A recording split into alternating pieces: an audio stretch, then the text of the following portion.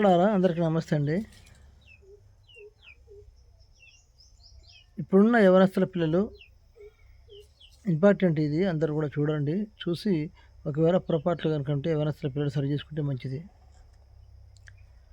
ఇల్లు కొరకని తల్లిదండ్రులు ఒక దగ్గర ఉండవచ్చు, పిల్లలు ఒక దగ్గర ఉండవచ్చు. సంపాదించుకోవడం కొరకని ఉండవచ్చు. అదొక ఇబ్బంది లేదు. ఒకవేళ ఇబ్బంది అనుకుంటే మానుకోవచ్చు. కానీ కొంతమంది పిల్లలు కొన్ని ఏరియాల్లో చదువు కొరకని వేరే ప్రాంతాలకు వెళ్తుంటారు, చదువుకుంటున్నారు. బాగుపడ్డ వాళ్ళు ఉన్నారు, చెడిపోయిన వాళ్ళు ఉన్నారు. బాగుపడ్డ వాళ్ళు ఉన్నారు, చెడిపోయిన వాళ్ళు ఉన్నారు. కానీ కొంతమంది పిల్లలు చెడు వ్యసనాలకు అలవాటు పడి మందు సహవాసంతో విందుకు వెళ్ళి ఫ్రెండ్ సర్కిల్లో బరతులకు, ఊరేగింపులకు, మ్యారేజీలకు వెళ్ళి మత్తు మందుకు అలవాటు పడుతున్నారు. అది మంచిది కాదు.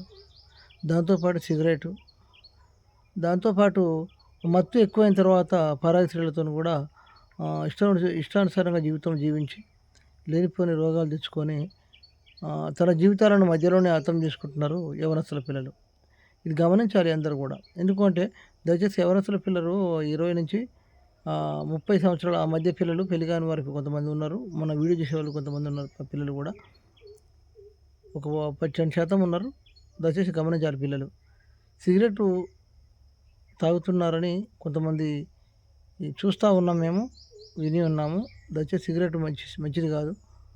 సిగరెట్తో పాటు మత్తు, దాంతోపాటు చెడవలాట్లు ఉంటే లేనిపోయిన రోగాలు తెచ్చుకొని క్యాన్సరు, నోటి క్యాన్సరు, కంటి క్యాన్సరు, గొంతు క్యాన్సరు, అట్లాంటి ఆశికులు అంబరు, గుడంబ సిగరెట్ వల్ల వస్తుంది. దయచేసి ఇట్లాంటివి మానితే మంచిదని యవనస్తులు సరి చేసుకుంటే జీవితం బాగుంటుందని నేను యూట్యూబ్ ఛానల్ ద్వారా మీకు తెలియజేస్తున్నాను.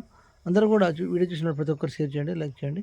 అర్థం చేసుకొని తన జీవితాలు వాళ్ళు సరి చేసుకుంటే మంచిది.